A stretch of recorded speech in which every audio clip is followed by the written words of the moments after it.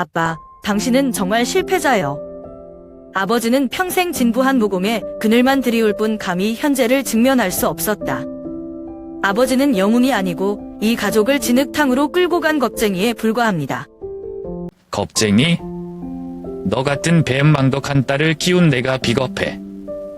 나는 이 가족을 위해 평생을 바쳤는데 이것이 내가 나에게 은혜를 갚는 방법이야.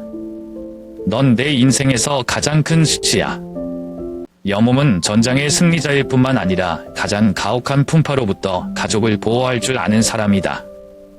근력이나 메달리스트 이야기가 아니라 고통과 실패, 무기력함을 극복하고 신성한 가치를 지키는 여정이다. 삶이 당신을 시련에 빠뜨릴 때 당신은 일어나서 당신의 가장 소중한 것을 위해 싸울 용기가 있습니까? 번화하지만 평온한 구석도 모자라지 않는 산업도시 평택에서 살고 일하는 강민호, 32입니다. 제가 추구하는 국방기술은 반제 직업이 아니라 아버지가 물려주신 유산을 이어가는 방식입니다. 아버지 간태산 대령은 용기와 책임감의 상징이었다. 30여 년 동안 그는 살을 내는 듯한 추위가 예상치 못한 위험과 함께했던 북쪽 국경을 지키며 젊음과 건강을 바쳤다.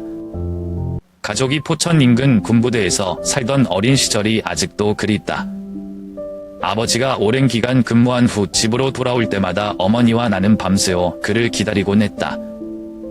내 눈에는 아버지가 진정한 영웅이다. 그는 눈사태나 바람이 많이 부는 밤에 직면했을 때 실수하면 그 대가는 목숨이 될 수 있다고 말했다. 그러나 아버지는 항상 평온한 표정을 지으시며 마치 그 위험들이 그의 삶의 작은 부분인 것처럼 하셨다. 몇 년 전 군대를 전역한 이후로 아버지는 더 이상 자신이 아닙니다. 그는 말을 덜하고 과거의 무언가를 찾기 위해 골똘히 몰두하는 것처럼 눈빛이 아득하다. 어머니는 나에게 아버지가 아마도 그 거친 땅에 마음을 남겼을 것이라고 말했다. 저는 여전히 아버지에게 말할 방법을 찾으려고 노력했지만 현재 직업이나 삶에 대한 제 이야기가 아버지에게 관심을 끌지 못하는 것 같습니다. 때때로 나는 그가 마당에 홀로 앉아 지난 영광스러운 시절을 회상하는 것처럼 먼 산들을 바라보고 있는 것을 보았다. 나는 항상 자문한다. 30년 동안 책임감과 압박감이 아버지를 서서히 자신을 잃게 만든 것은 아닐까? 이것은 저를 슬프게 할 뿐만 아니라 젊은이들이 직업과 삶의 균형을 맞추기 위해 무엇을 해야 하는지 이전 세대의 전철을 밟지 않기 위해 많은 생각을 하게 합니다. 우리 가족의 작은 집은 도심에서 차로 1시간 정도 떨어진 평택 금교에 있다. 봄마다 가느다란 꽃잎이 떨어져 그림 같은 풍경을 연출하는 마당 앞에 나무 울타리와 벚나무가 있는 소박한 집이었다. 이곳은 한때 가족의 웃음으로 가득했다.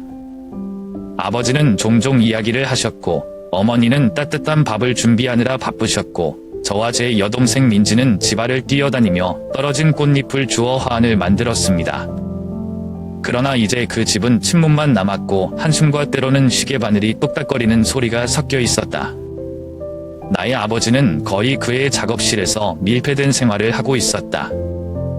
그 방은 2층에 위치하고 있는데 급한 용무가 아니면 내가 거의 들어가지 않는 곳이다.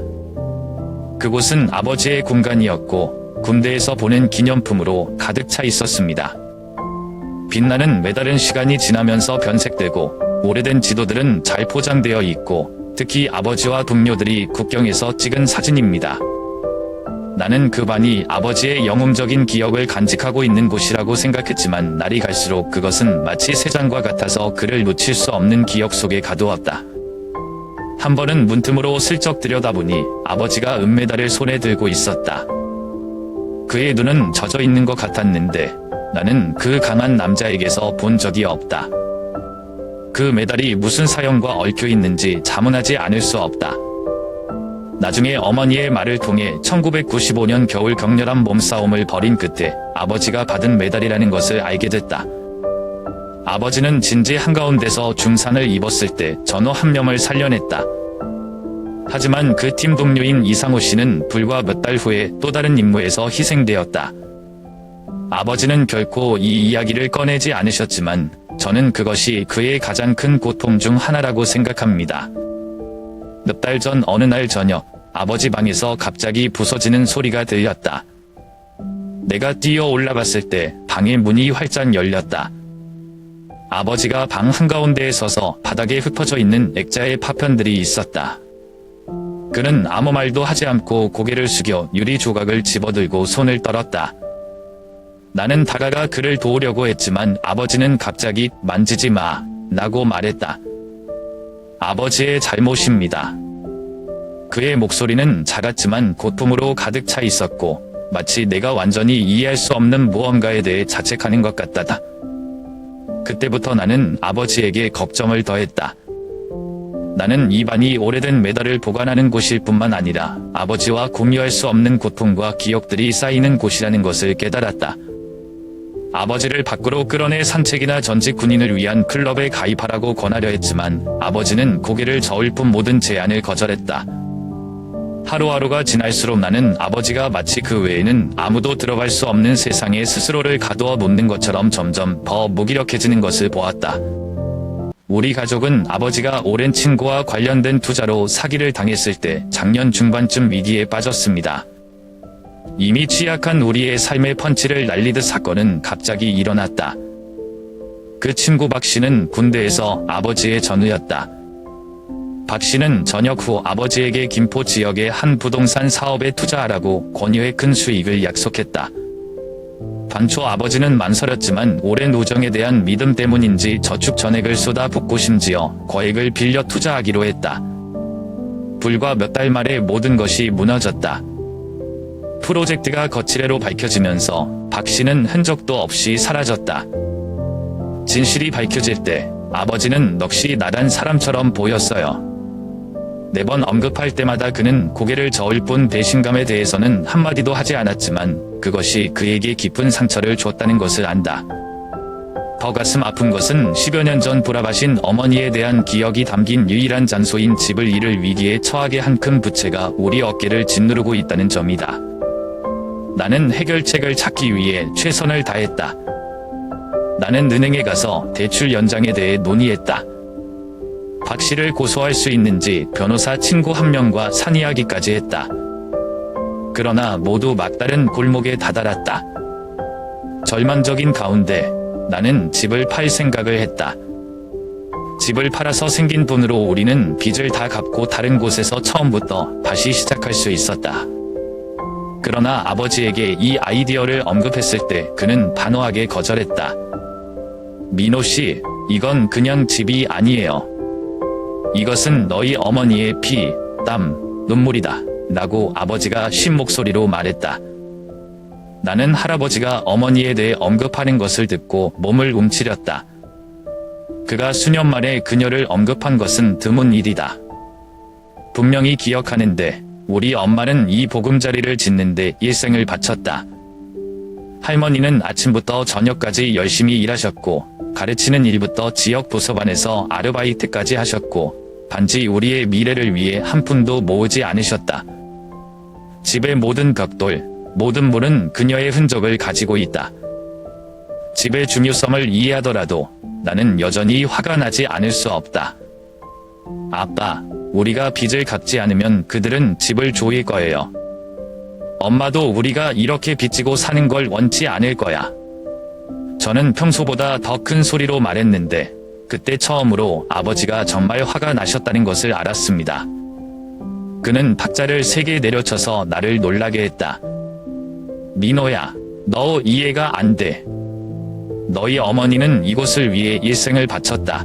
이 집을 사람들이 가져가도록 놔두느니 차라리 모든 것을 잃는 게 낫다. 그 논쟁은 아버지와 나의 관계에 균열을 남겼다.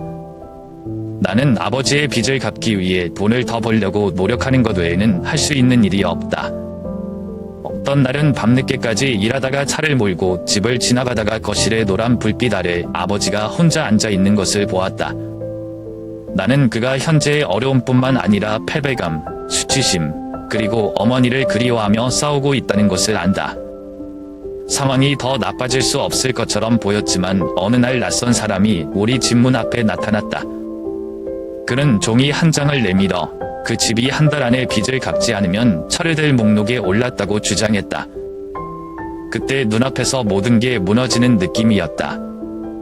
아버지는 아무 말도 하지 않고 가만히 서서 종이 쪽지를 바라보기만 했고 손은 떨렸다.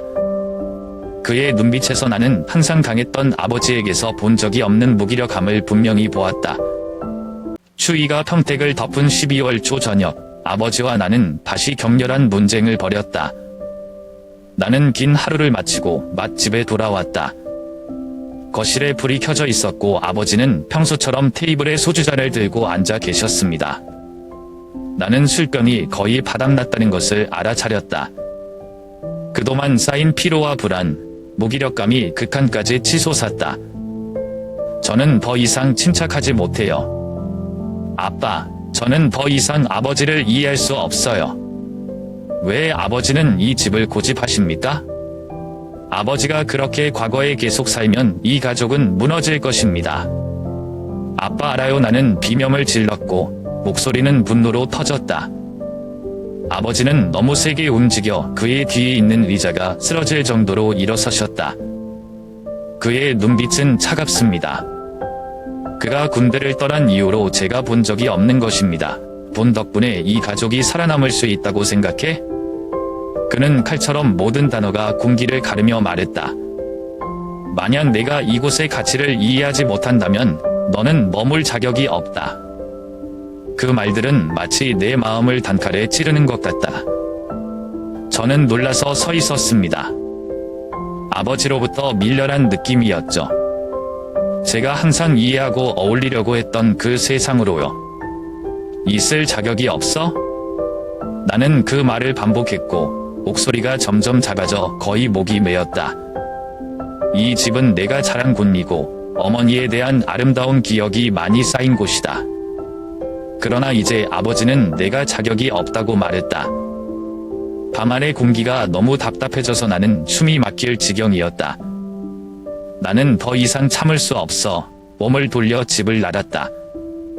밖에는 살을 내는 듯한 찬바람이 불었고 살갗은 아플 정도로 추웠지만 가슴 속에서 맴돌던 폭풍우를 진정시킬 수는 없었다. 나는 북내 주변의 거리를 배회하며 마음을 가라앉힐 수 있는 구석을 찾으려고 노력했다. 집 근처 카페로 이어지는 작은 길을 따라 걷다가 어머니의 절친한 친구 김지은 씨를 우연히 만났다. 지은 씨는 어머니가 이 가정을 꾸리기 위해 청춘을 바치는 것을 목격한 사람이다. 그녀는 내가 그런 상태에 있는 것을 보고 서둘러 나를 가게로 끌고 가서 따뜻한 차 한 잔을 주문하고 이야기를 물었다. 너희 아버지가 왜 그렇게 이 집을 지키려고 했는지 알아? 그녀는 엄숙하면서도 풍점적인 눈빛으로 물었다. 제가 고개를 젓자 할머니는 제가 들어본 적이 없는 이야기를 해주셨습니다. 어머니가 돌아가시기 전에 그녀는 이 집이 아이들을 위해 간직하고 싶은 유일한 것이라고 아버지에게 말했습니다. 그것은 단지 머물 곳이 아니라 어머니와 딸이 정성을 쏟고 그녀가 가졌던 모든 희망과 꿈을 간직하고 있는 곳이다. 아버지는 자신을 위해서가 아니라 어머니와의 약속 때문에 이 집을 지켰습니다. 나는 조용했다.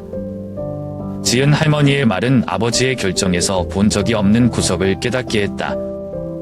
하지만 동시에 대화하고 서로를 이해하는 우리 둘의 무능함 때문에 고통스럽기도 하다. 집에 돌아왔을 때 나는 아버지가 여전히 창밖을 내다보고 앉아 있는 것을 보았다. 노란 불빛 아래서 그의 얼굴은 실제 나이보다 훨씬 늙어 보였다. 무슨 말을 하고 싶은데 목이 메여. 이성과 감정 사이의 싸움은 아직 남아 있습니다. 그리고 제가 아는 한 공풍의 목소리를 찾으려면 아마도 한 가지 이상의 대화가 필요할 것입니다. 하지만 지금 당장은 아버지 옆에 앉아 제가 아직 여기 있고 항상 아버지 아들이라는 것을 아시고 싶을 뿐입니다. 그 긴장된 저녁이 있은 지 며칠 후 아버지는 갑자기 온 가족을 놀라게 한 것을 발표했습니다. 그는 서울에서 열리는 자선 마라톤 대회에 참가하기로 결정했다. 저는 제 귀를 믿지 않아요. 국경에 있을 때 눈사태로 심하게 다쳤던 다리를 가진 60대 남자가 마라톤을 뛰고 싶어 할까? 나는 즉시 항의했다. 아버지는 무슨 생각을 하고 계세요? 현재의 건강 상태로는 아버지는 달리실 수 없습니다. 나는 침착하려고 노력했지만 근심을 숨길 수 없었다고 말했다. 그러나 계모인 박미숙 씨는 아버지의 결정을 지지했다. 민호 씨, 이렇게 하게 해주세요. 때로는 아무도 이유를 이해하지 못하더라도 자신의 가치를 증명할 기회가 필요합니다. 라고 그녀는 차분하지만 은밀한 목소리로 말했습니다. 이런 상황에서 반 여사가 아버지 편인 방식이 마음에 들지 않는다. 어머니가 돌아가신 후 우리 삶에 들어왔을 때부터 나는 줄곧 할머니와 거리를 두었다. 그녀가 잘해주지 않아서가 아니라 나는 그녀가 어머니를 대신할 수 없다고 느꼈기 때문이다. 하지만 이번에는 반 여사가 일리가 있는 것 같다. 아버지는 그 어느 때보다 진지하신 것 같아요. 그는 심지어 겨울에 살을 내는 추위에도 불구하고 매일 아침 집 근처 공원 주변에서 일찍 일어나고 조깅하기 시작했다. 어느 날 아침, 저는 아버지를 따라가기로 결심했습니다. 나는 아무 말도 하지 않고 뒤에서 그를 지켜보기만 했다. 아버지의 걸음걸이는 예전만큼 강하지 않았지만 마치 이 경주가 그의 남은 인생의 가장 큰 목표인 것처럼 그의 눈빛은 확고했다. 집에 도착했을 때 저는 솔직하게 물었습니다. 왜 아버지가 이런 짓을 했을까요? 아버지의 건강이 허락하지 않을 때 그럴 가치가 있습니까? 아버지는 멈춰서서 저에게 고개를 돌리며 말씀하셨죠. 민호야, 너 자신을 위해서 이러는 게 아니야. 이것이 아버지가 삶의 의미를 되찾는 방법이고 얼마나 많은 실패를 겪었든 간에 여전히 서 있을 수 있다는 것을 증명하기 위한 것이다. 그리고 무엇보다도 이게 내 엄마가 아빠가 해줬으면 하는 거야. 그녀는 항상 우리가 앞으로 나아갈 수 없다면 과거에 갇혀 있을 것이라고 말했다. 아버지의 그 말은 나로 하여금 자디도 모르게 침묵하게 했다. 저는 어머니가 어려움을 극복하셨을 때 어떻게 아버지와 저를 앞으로 나아가게 하셨는지에 대한 이야기를 떠올렸습니다. 혹시 아버지는 제가 여태껏 깨닫지 못했던 어머니의 마지막 메시지를 이행하려고 노력하시나요? 경주의 날이 되자 우리 가족은 모두 서울로 향했다. 이곳의 분위기는 활기찬 젊은이부터 아버지처럼 나이 많은 사람들에 이르기까지 수백 명의 사람들이 참가하여 활기를 띠고 있다. 나는 군중 속에 서서 아버지가 출발하려는 사람들의 흐름에 동참하는 것을 지켜보았다. 호루라기가 울리기 시작했을 때 나는 뜻밖의 일이 기다리고 있을 줄은 몰랐다. 아버지는 약 5km를 달리다가 갑자기 멈춰서 몸을 구부려 다리를 껴안았다. 주변 사람들이 서둘러 달려왔지만 아버지는 도움이 필요 없다는 손짓을 했다. 그는 천천히 일어나서 고통으로 얼굴을 찌푸렸지만 계속 달렸다. 나는 더 이상 가만히 있을 수 없다. 나는 달려가 트랙에 합류하고 아버지 옆에서 달렸다. 아빠 뭐 하세요? 그렇게 무리하게 노력할 필요는 없어. 나는 화가 나기도 하고 걱정되기도 하면서 소리를 질렀다. 아버지는 나에게 돌아왔고 이마에 땀이 맺혔지만 눈빛은 확고했다. 민호 씨, 가끔은 고통스러워야 자신이 살아있다는 것을 알 수 있어요. 아빠 멈추지 않을 거야, 지금. 아버지의 고집 때문에 마음이 불편하지만 그 순간 자신만을 위해 뛰는 것이 아니라는 것을 이해한다. 그는 가족, 어머니, 그리고 저를 위해 달리고 있습니다. 아버지의 불굴은 내가 결코 제대로 본 적이 없는 것이다. 그래서 우리는 한 발짝, 한 발짝, 한 발짝, 한 발짝, 한 발짝, 한 발짝, 한 발짝, 한 발짝, 그치지 않고 달려갔습니다. 경주일이 드디어 다가왔고 서울의 새벽은 너무 추워서 공기 중에 숨결이 선명하게 보인다. 아버지는 검소해 보이는 짙은 파란색 운동복을 입고 나타났지만 군인 옷을 입은 사람의 독특한 기질을 드러냈다. 나는 멀리서 그가 다른 낡은 신발을 고치는 것을 지켜보았지만 마음은 걱정할 필요가 없었다. 몇 명의 총성이 울리자 모든 선수들은 앞으로 돌진하기 시작했다. 나는 아버지가 사람들의 흐름에 합류하고 걸음은 빠르지는 않지만 단호하게 달리고 과거의 무게를 다 가지고 현재에 대한 결단력을 다하는 것처럼 한 걸음씩 걷는 것을 보았다. 그것은 반지 자섬 경주가 아니라 아버지가 그가 여전히 자신의 인생에서 승자라는 것을 증명하는 방법이다. 처음 약 3km는 순조롭게 진행되었지만 뱀포 다리 근처의 가파른 구갈에서 아버지는 피곤한 징후를 보이기 시작했습니다. 그의 발걸음이 느려지고 어깨가 약간 구부러졌다. 나는 더 이상 참을 수 없어. 나는 달려가기로 결정했다. 내가 아버지에게 다가갔을 때 그는 나를 쳐다보았고 그의 눈빛은 약간 놀라웠지만 곧 침착해졌다. 너는 아빠를 따라 달릴 필요가 없어. 민호, 이것은 아버지의 일입니다. 라고 그는 숨이 가쁘지만 결의의 참 목소리로 말했다. 아버지, 이것은 단지 아버지의 일이 아닙니다. 우리 가족은 모두 여기에 있고 아무도 떠나지 않아. 나는 그에게 달려가기 위해 호흡이 규칙적으로 유지되도록 노력하며 대답했다. 거리가 멀수록 날씨가 험악해진다. 갑자기 찬바람이 불어 얼굴과 손이 저렸다. 아버지는 계속 전진하셨지만 나는 그의 발걸음이 비틀거리기 시작했다는 것을 깨달았다. 8km 지점까지 아버지는 갑자기 멈춰서 한 손은 무릎에 매달리고 다른 손은 가슴을 꽉 잡았다. 주변 사람들의 흐름이 모두 멈추고 몇몇 사람들이 도움을 요청했지만 아버지는 괜찮다는 손짓만 했다. 자, 이제 그만하자. 건강이 중요하니까 나는 걱정에 가득 찬 목소리로 외쳤다. 아버지는 나에게 돌아섰고 얼굴은 춥고 피곤해서 붉어졌다. 민호야, 내가 표현하려고 이러는 것 같다. 아버지는 멈출 수 없었고 매번 걸음마다 아버지가 여전히 같이 있고 여전히 나아갈 수 있다는 스스로에게의 메시지였다. 아버지의 말이 나를 뭉클하게 했다. 바로 그 순간 나는 아버지일 뿐만 아니라 너무 많은 고통을 겪었지만 여전히 앞으로 나아가기를 선택한 한 남자를 보았다. 결국 아버지가 결승점을 통과했다. 비록 그가 첫 번째 목적지는 아니었지만 저에게는 그가 승리했습니다. 내가 아버지 곁으로 달려갔을 때 그는 거의 쓰러질 뻔했고 기진맥진하여 온몸이 떨렸다.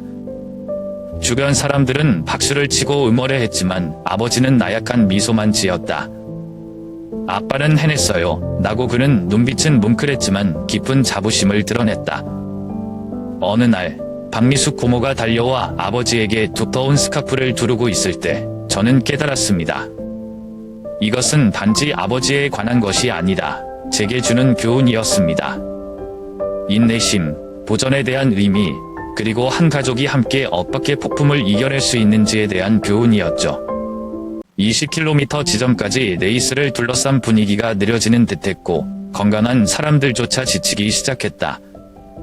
나는 아버지 뒤로 바짝 붙어 달렸고 마음은 항상 극도로 불안한 상태였다. 그리고 나서 제가 가장 두려워했던 일이 일어났습니다. 아버지는 갑자기 멈춰서서 무릎을 잡고 트랙 한가운데로 무릎을 꿇었습니다. 자나는 소리치며 아무 생각 없이 달려들었다. 그때 나는 그가 간신히 숨을 쉬고 있었고 벌겋게 달아오른 얼굴에 땀이 줄줄 흐르고 있었다. 나는 아버지를 일으켜 세우려고 했지만 그는 손을 들어 맞았다. 아빠는 스스로 할 수 있어요. 라고 그가 떨리지만 결단력 있는 목소리로 말했다. 그럼에도 불구하고 나는 그의 눈빛의 고통과 절망이 드러나는 것을 알아차리지 않을 수 없었다. 주위에 몇몇 경주 참가자가 멈추었다. 어떤 사람은 아버지에게 물 한 병을 주었고 다른 사람은 그가 앉아 쉬도록 설득하려고 했다. 한 의료진이 도움이 필요하냐고 물으며 다가왔다. 그러나 아버지는 비상한 의지로 여전히 고개를 저으며 거절했다. 그는 일어서려고 애썼고 다리가 금방이라도 쓰러질 것처럼 가늘게 떨렸다. 나는 거기에 서 있었고 심장이 조이는 것 같다. 아빠, 그만하면 아무도 아빠를 비난하지 않을 거예요. 아버지 정말 잘하셨어요.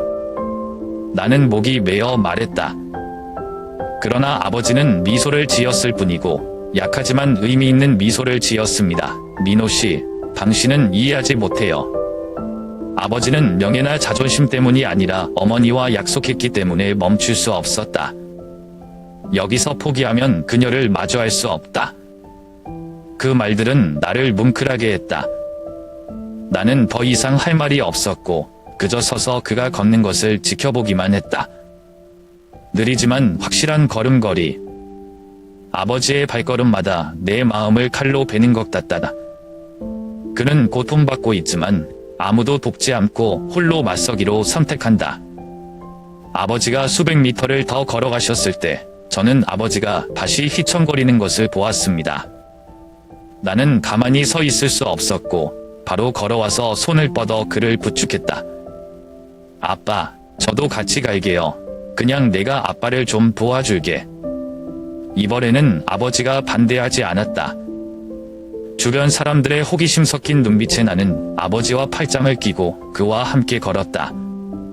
도중에 몇몇 주자들이 환호했고 누군가가 말했습니다. 계속하자, 아버지와 아들아. 그 격려의 말은 우리에게 힘을 실어주는 것 같았습니다.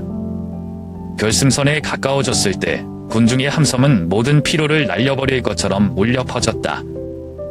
아버지는 완전히 지쳤지만 결승선을 통과할 때 여전히 똑바로 서려고 노력했다.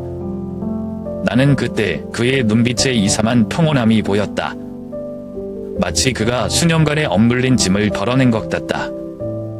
아버지가 변두리에 앉아 온몸이 떨렸지만 입술에는 잔잔한 미소가 번졌다. 민호, 고마워. 아기가 없었으면 아빠는 할 수 없었을 것이다. 나는 대답하지 않고 조용히 그의 손을 잡았다. 그날 저는 가장 중요한 것은 근육의 힘이나 속도가 아니라는 것을 깨달았습니다. 한 사람이 자신의 한계를 극복하는 데 도움이 되는 것은 의지와 결심이다. 아버지는 나뿐만 아니라 그곳에 있는 모든 사람들에게도 그것을 증명했다. 경주가 끝난 지 일주일 만에 실내 분위기는 누그러졌지만 추운 겨울의 작은 불길처럼 포근한 느낌이 남아있다. 그날 저녁, 나는 바쁜 하루 일과를 마치고 늦게 집에 돌아왔다. 복도를 지나자 아버지 집무실에서 8살배기 조카 우주가 낄낄거리는 소리가 들렸다. 문을 열자 이상하게 가슴이 따뜻해지는 광경이 눈에 들어왔다. 낡은 나무 의자에 앉아있는 아버지는 앞에 우주가 그린 그림이다. 그림에서 그는 눈 덮인 작은 마을 한가운데에 커다란 반패를 든 군복을 입은 영웅으로 묘사된다. 저는 그것이 단순한 우연이 아니라는 것을 깨달았습니다. 그것은 더 깊은 의미를 가집니다. 옆에 앉은 우주는 눈을 빛내며 아버지의 이야기를 열심히 들었다. 아버지의 목소리는 따뜻했고 경주 후의 피로나 고통은 조금도 남아있지 않았다. 당시 그는 북쪽 국경 지역의 주둔한 작은 소대의 지휘관이었다. 한겨울, 병영 근처 마을로 통하는 길도 덮일 정도로 폭설이 내렸다. 바람이 너무 세게 불어서 사람들이 밖에 몇 분 이상 서 있을 수 없다. 아버지는 멈추고 시선은 시간을 거슬러 올라가는 것 같았고 그 가혹한 시절을 기억했다. 무주는 할아버지, 뭐 하세요? 라고 간절히 물었다. 아버지는 미소를 지으며 계속 말씀하셨다. 우리는 마을 전체가 완전히 고립되어 더 이상 음식이나 장작이 없다는 소식을 들었다. 그와 그의 동료들은 군용 차량을 이용해 생필품을 그곳으로 운반하기로 결정했다. 그러나 도로 한복판에 다다르자 눈사태로 차가 뒤집혔다.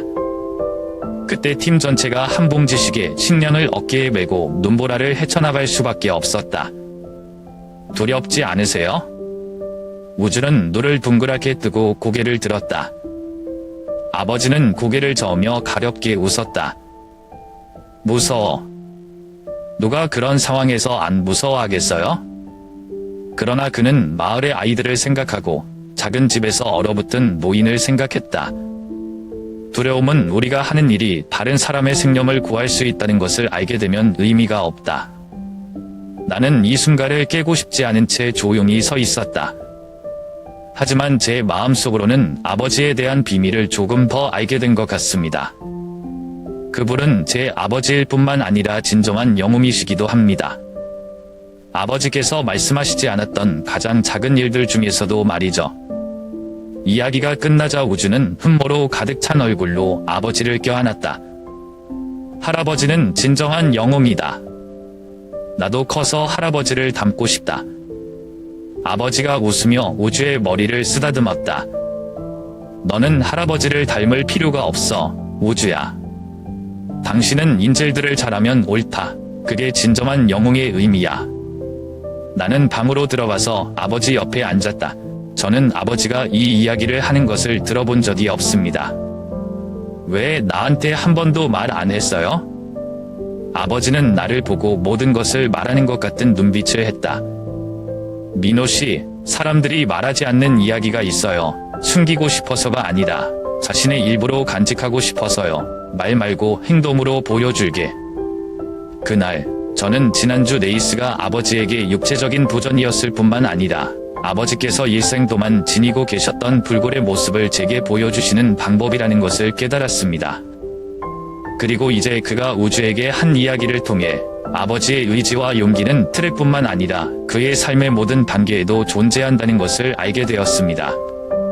그날 저녁 아버지가 우주에게 말하는 것을 듣고 나는 문 옆에 조용히 서 있었다. 작업실의 불빛은 따뜻했고 아버지의 얼굴을 거의 볼 수 없는 온화함으로 덮었다. 우주씨, 당신은 이 메달들 때문에 영웅이 아니에요. 라고 아버지는 군대 경력에서 받은 메달로 가득 찬 유리창을 손으로 살짝 어루만지며 말했다. 그들은 그를 특별하게 만들지 않는다. 그가 자랑스러운 것은 그가 아무리 힘들어도 결코 포기하지 않았다는 것이다. 너는 그것을 기억해야 한다. 인생이 아무리 도전해도 포기하지 않으면 항상 내 길을 찾을 것이다. 우주는 고개를 끄덕이며 뭔가 대단한 것을 이해한 듯 눈빛이 빛났다. 소년의 나이를 뛰어넘었다. 할아버지, 저도 당신처럼 절대 포기하지 않을 거라고 약속할게요. 아버지의 말씀은 우주에 대한 교훈일 뿐만 아니라 저에 대한 은밀한 메시지입니다. 그동안 나는 항상 아버지가 고집이 세고 과거를 영원히 간직하고 있다고 생각했지만 이제 아버지가 자신만을 위해 싸우는 것이 아니라는 것을 이해합니다. 그는 가족을 지키기 위해 노력하고 있습니다. 저와 우주에게 가르쳐 주려고 노력하고 있습니다. 진정한 힘은 우리가 얼마나 많은 성공을 거두느냐가 아니라 얼마나 많은 실패를 딛고 나아가느냐 하는 것입니다. 나는 방에 들어가 그 따뜻한 침묵을 깼다. 아버지가 하시는 말씀은 우주만 하는 거 아니죠? 아버지는 나를 돌아보았고 눈빛은 약간 놀랐지만 곧 부드러워졌다. 민호 씨, 아버지는 평생 배운 게 있어요. 처음부터 영웅이 되는 사람은 없어요. 사람들은 감히 어려움에 직면할 때만 영웅이 되고 결코 포기하지 않는다. 가족의 힘은 어려움을 피하는 것이 아니라 그것을 함께 직면하는 것에서 온다는 것을 이해해 주셨으면 합니다. 저는 아버지 옆에 앉아 우주가 그린 그림을 보았습니다. 그림에서 아버지는 눈보라 속에 굳건히 서 계셨고 마을을 지키고 사랑하는 사람들을 보호하셨다. 어머니가 살아계셨던 날, 부모님이 어려움에도 불구하고 이 가정을 지키려고 애쓰셨던 날들이 문득 생각났다. 아빠, 이해 못해서 미안해요. 라고 나는 목이 메어 말했다. 과거에만 매달리는 줄 알았는데 이제는 당신이 가족을 위해 가장 중요한 것을 지키려고 한다는 것을 깨달았어요. 아버지는 내 어깨에 손을 얹었고 늙었지만 힘이 넘치는 얼굴에 부드러운 미소가 떠올랐다. 민호 씨, 아버지도 완벽하지 않아요. 아버지가 너무 완고했을 때가 있었지만 아버지가 결코 잃고 싶지 않은 유일한 것은 가족이었다. 마지막으로 가장 소중하기 때문이다. 그날 밤 저는 아버지의 작업실에 오래 앉아 있었습니다. 더 이상 거리나 갈등은 없고 이해와 사랑만 있을 뿐이다.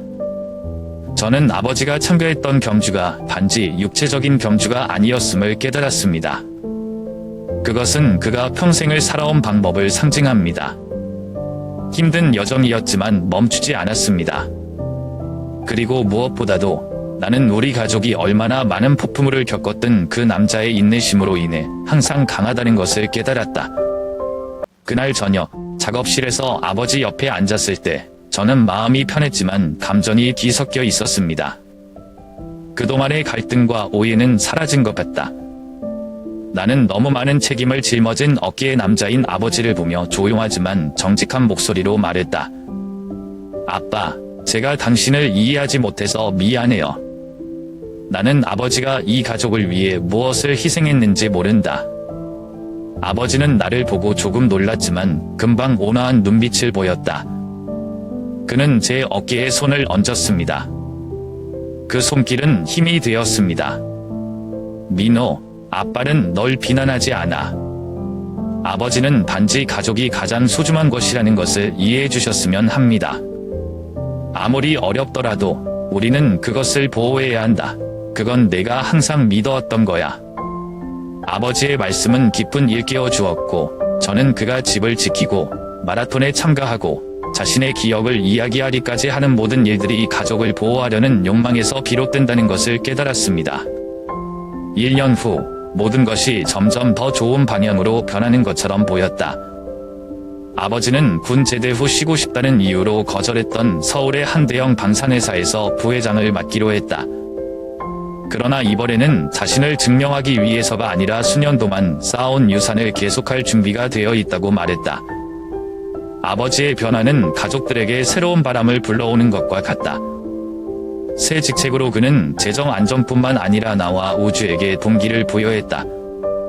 아버지는 더 이상 예전처럼 사무실에 계시지 않고 가족 활동에 자주 참여하세요. 주말마다 우리는 함께 저녁을 먹거나 게임을 하거나 때로는 함께 모여 앉아 사소한 삶의 이야기를 합니다. 기억에 남는 추억은 온 가족이 함께 집 근처 공원에 갔던 어느 가을 오후이다. 차우주와 함께 축구를 한다. 아버지를 보니 전혀 다른 모습이 보였다. 더 이상 무거운 눈빛을 가진 남자가 아니라 가족과 함께 있는 매 순간을 즐기는 즐거운 아버지였다. 그러나 삶이 항상 쉬운 것은 아니다. 한때 아버지의 회사는 방위 계약과 관련된 큰 소송에 직면했다. 나는 그가 여러 밤 늦게까지 끼어 있는 것을 보았고 압박감에 눈이 다크서클이 있었다. 그러나 이전과 달리 그는 자신을 침묵 속에 가두지 않았다.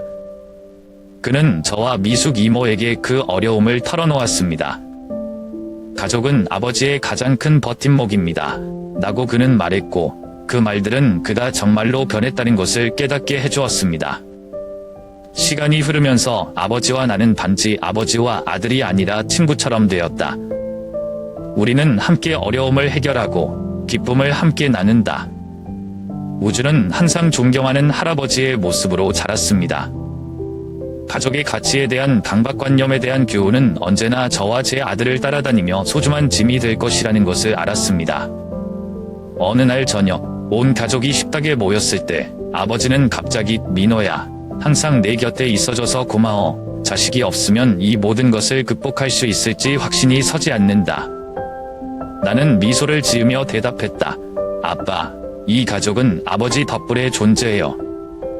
나는 단지 아버지가 시작한 일을 계속하는 법을 배우고 있다.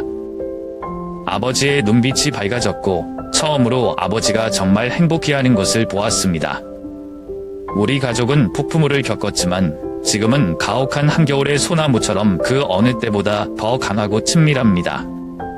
어느 봄날 아침, 첫 햇살이 창문으로 스며들었을 때 아버지와 나는 현관에 앉아 차를 마셨다.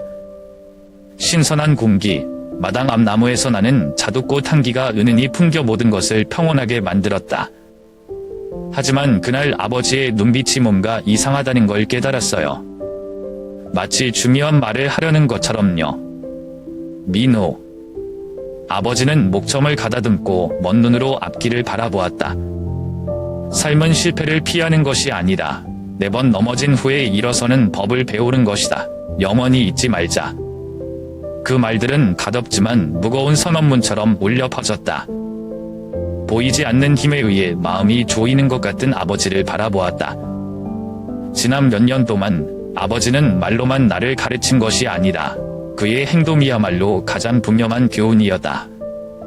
그의 아버지는 그가 상실과 실패에 직면하는 것에서부터 그가 모든 어려운 길을 극복하는 방법까지 불굴의 의지가 인생에서 가장 중요하다는 것을 증명했다.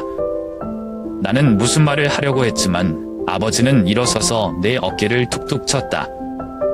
그는 정장을 차려입고 중요한 회의에 참석하기 위해 서울에 갈 준비를 했다. 오늘은 아버지가 지난 몇 달 동안 열심히 연구한 국방 시스템 개선 프로젝트를 공식적으로 발표하는 날이다. 나는 아버지를 따라 대문까지 가서 큰 거리로 이어지는 긴 길을 한 걸음 한 걸음 든든히 걸어가는 아버지를 바라보았다. 아버지의 뒷모습은 나이 때문에 약간 수갑이 채워졌지만 여전히 강하고 확고함을 풍긴다. 그 순간 내 마음은 뿌듯함으로 가득 찼다. 그러나 그날은 예상치 못한 사건을 가져왔다. 점호쯤 아버지의 직장 동료로부터 전화를 받았다. 밧줄 너머의 목소리는 다급했다. 민호, 내 아버지는 서울로 가는 길에 사고를 당했어. 그는 지금 중앙병원에 입원해 있다. 나는 사무실 밖으로 뛰쳐나갔고 가슴에는 공포감이 엄습했다. 병원으로 가는 길에 일련의 생각들이 떠올랐다. 아버지는 괜찮으십니까? 이 사고가 더 이상 좋지 않은 당신의 건강에 영향을 미칠까요? 도착했을 때 나는 아버지가 병상에 누워 오른손에 붕대를 감고 이마에 몇 군데 긁힌 자국을 보았다. 그는 여전히 끼어 있었지만 분명히 충돌로 인해 그를 피곤하게 만들었다. 나는 안도의 한숨을 내쉬었지만 화를 참지 못했다. 자, 왜 아버지 스스로 모든 것을 해야 합니까? 내가 도울 수 있다고 했잖아. 나는 바른 간호사와 환자 가족의 시선을 신경 쓰지 않고 비난의 말을 꺼냈다. 아버지는 나를 보고 약하지만 의미심장한 미소가 그의 얼굴에 떠올랐다. 민호, 이건 내 잘못이 아니야. 사고는 아무도 원하지 않는 일이지만 아버지는 아버지가 옳다고 믿는 일을 하셨다. 그리고 알다시피 실패는 이러한 상처에서 오는 것이 아니라 우리가 노력하지 않는 것에서 오는 것이다. 나는 조용했고 화가 나면서도 감탄했다. 병상에 누워 있어도 아버지는 절대 포기하지 않는 불굴과 정신을 지켰다. 며칠간의 치료 후 아버지는 한쪽 팔에 붕대를 감고 퇴원했다. 그러나 나를 놀라게 한 것은 그가 오랫동안 쉬지 않았다는 것이다. 며칠 후 아버지는 회사로 돌아가 이전보다 더 큰 결심으로 일을 계속했습니다. 그의 프로젝트는 성공했을 뿐만 아니라 광범위한 지지를 얻었으며 국방 산업의 중요한 전환점이 되었다. 회사 본사에서 열린 기념식에서 아버지가 영예의 단상에 서 있는 것을 보고 나는 갑자기 한 가지를 깨달았다. 아버지는 단지 아버지, 군인, 지도자가 아닙니다.